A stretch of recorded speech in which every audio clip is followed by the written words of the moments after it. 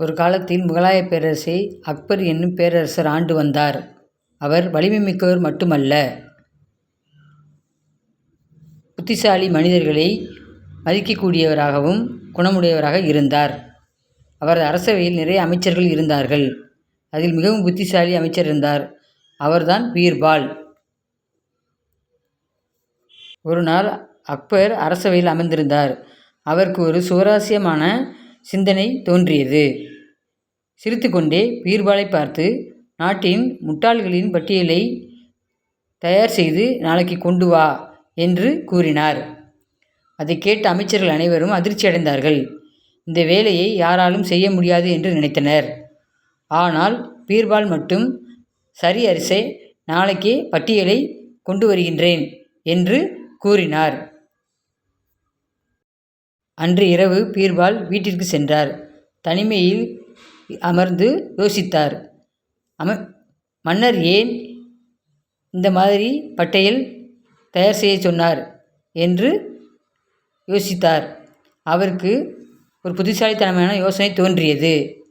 உடனே அவர் ஒரு பேப்பரை எடுத்து பட்டியல் தயார் செய்தார். அதில் முதல் பெயர் அக்பர் அரசர் என்று எழுதியிருந்தார். மறுநாள் பீர்பால் அந்த பட்டியலை எடுத்துக்கொண்டு அரண்மனைக்கு சென்றார்.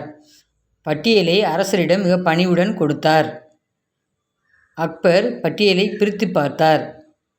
அதில் முதல் பெயரை பார்த்தவுடன் மிக கோபம் அடைந்தார். பீர்பால், முட்டாளின் பட்டியலில் என் பெயர் எழுதியுள்ளாயா என்று கோபமாக கத்தினார். அப்போது அரண்மனையில் அனைவரும் அமைதியானார்கள். பீர்பாலுக்கு என்ன நடக்குமோ என்று பயந்தார்கள். ஆனால் பீர்பால் மட்டும் பயப்படவில்லை. சற்று அமைதியாக, அரசே, நீங்கள் ஒருவரிடம் நிறைய பணத்தை கொடுத்து திரும்பி வருவார் என்று நம்பிக்கையில்லாமல் அனுப்பினீர்கள். அதை வைத்துத்தான் நான் அப்படி கூறினேன் என்று சொன்னார். அக்பர் சற்று யோசித்தார். பிறகு, அவர் திரும்பி வந்துவிட்டால் நீ என்ன செய்வாய் என்று கேட்டார். பட்டியலில் உங்கள் பெயரை எடுத்துவிட்டு அவர் பெயரை முதலில் வைப்பேன் என்று பீர்பால் சாதுரியமாக கூறினார்.